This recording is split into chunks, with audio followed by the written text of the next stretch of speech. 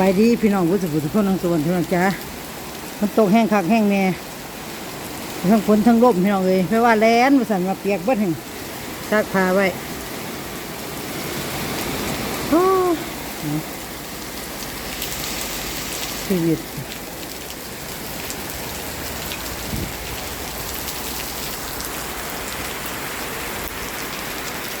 โคตรโคฝนก็ได้เป็นอย่างน้ำกับว่าท่านพี่น้องเอ้ย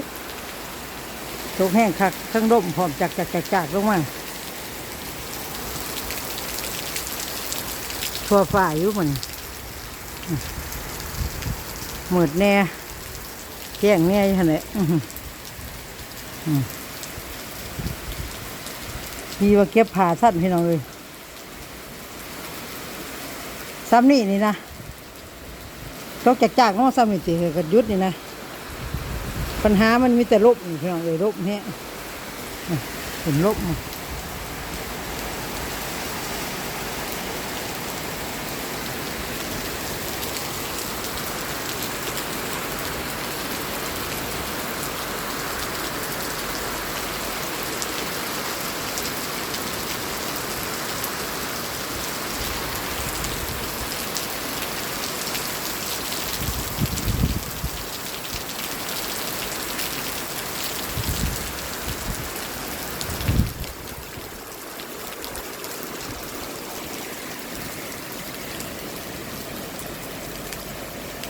สักผ้าขั้นเดียวอยู่เลยพี่น้องเลย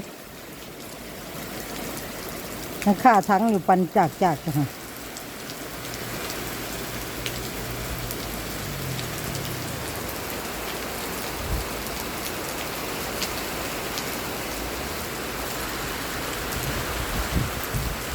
ปัญหามีแต่ลบเหมือนน้องอยู่ผมลบมาเลยผมเบิ่งว่าล่ะทั้งข้าก็ได้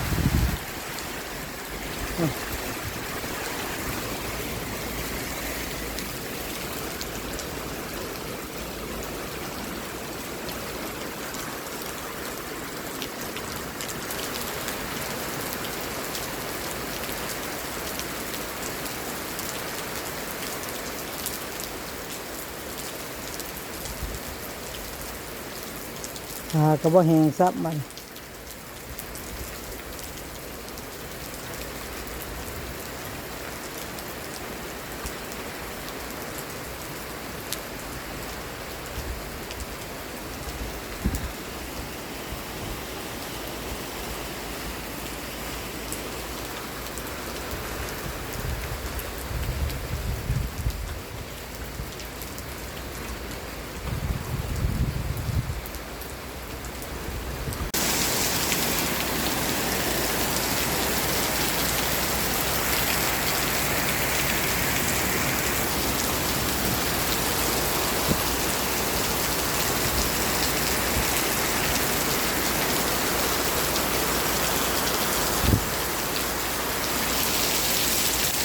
ฝนตกแล้วจ้าฝนตกแล้วจ้าเย่เย่เย่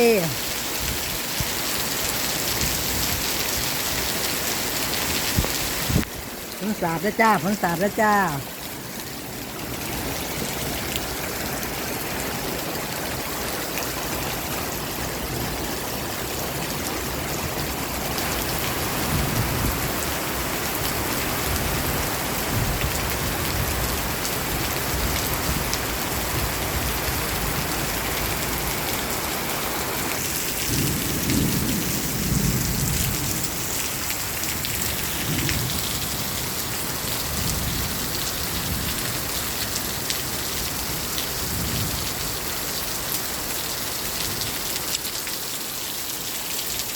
ตกแห้งค่ะพี่น้องไว้ฝนน้ำได้ล่ะ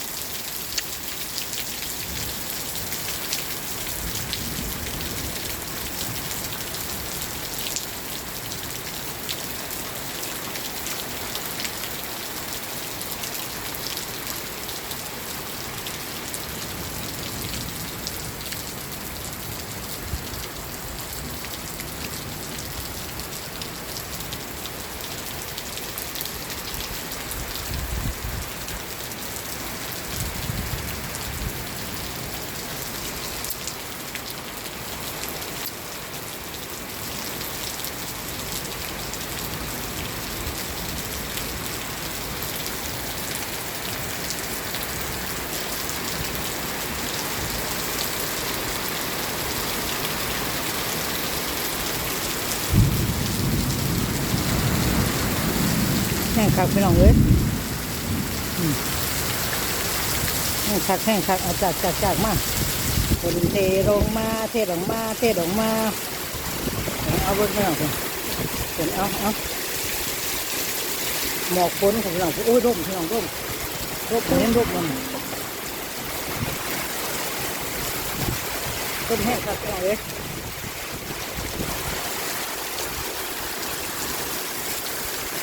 ร่มโคตรโพ่พี่น้องเลยเห็นร่มมันร่มโคตรโพ่พี่น้องเอ้ยน่ากลัวแท้ไม่ยากแท้ร่มพี่น้อง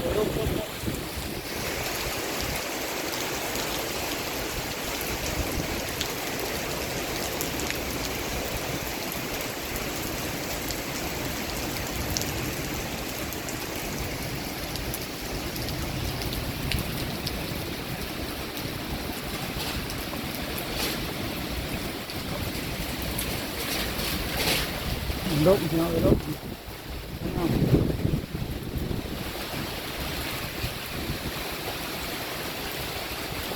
จนมากคนนี่มันร่มปานไหนหรือพี่น้องร่ม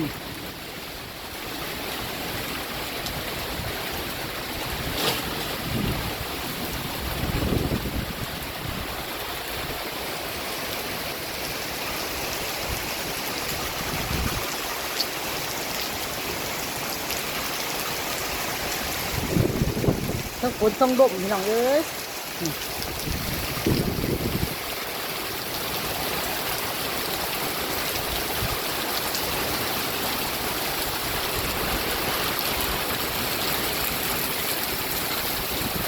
สาธุ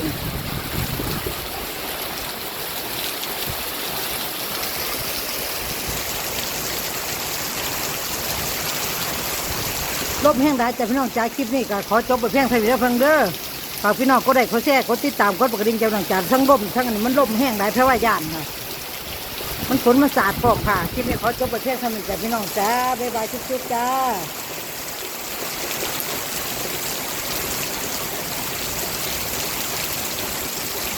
ฝนตกแห้งโคตร